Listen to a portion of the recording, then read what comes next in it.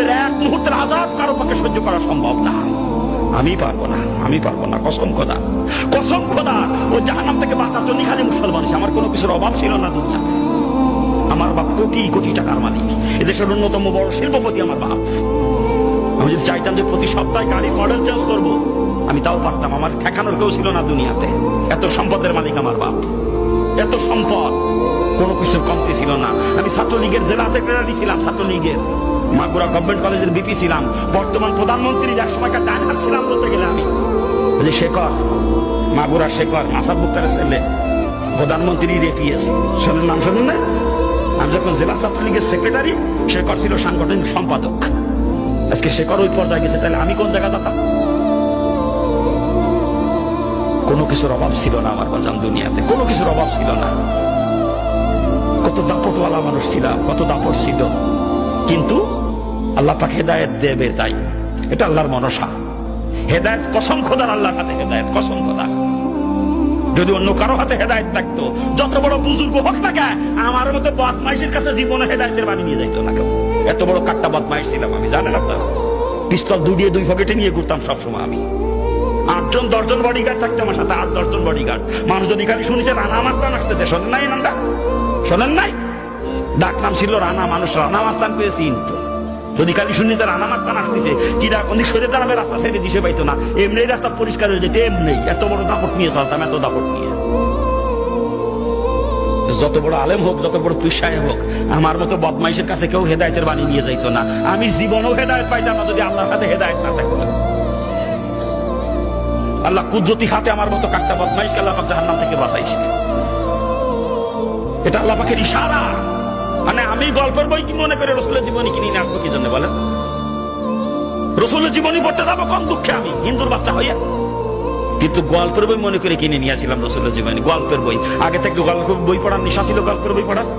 মনে করছিলাম ওটা গল্পের বই। বইটার নাম হলো যে ফুলের খুশবুতে সারা জাহান মাতোয়ারা। মনে করছিলাম আশ্চর্য কোনো ফুল নিয়ে হয়তো বইটা লেখা। কেমন সেই ফুল কোথায় পাওয়া যায় জানার জন্য কিনে নিয়ে আসছিলাম। কিনে আনি পড়ে দেখি আমিও সেই ফুলের জন্য পাগল হয়ে গেলাম। রসুলকে ফুলের সঙ্গে তুলনা করে, রসুলের আকলাককে ফুলের সুঘ্রাণের সঙ্গে তুলনা করে বইয়ের নাম দিয়েছে যেই ফুলের খুশবুতে সারা জাহান মাতোয়ারা। ওটাই আমার পড়া সর্বপ্রথম ধর্মীয় বই, রসুলের জীবনী। আর এত মজা লাগে, পরপর 4 বার পড়ি বইটা। যত পড়ি পড়তেই মন চায়। এরপরে ইসলামের দিকে আকৃষ্ট হয়ে যায়। তখন থেকে ইসলামী বই পুস্তক পড়তে শুরু করি। আর ইসলামী বই পুস্তক পড়তে যাইয়ে বিভিন্ন কিতাবে জাহান্নামের যে বিবরণ পড়ছি, ও জাহান্নামের এক মুহূর্তের আযাব কোনো মানুষের পক্ষে সহ্য করা সম্ভব না। আমি পারবো না, আমি পারবো না, কসম খোদা। ও জাহান্নাম থেকে বাঁচার জন্যই খালি মুসলমান হয়েছি, কসম খোদা।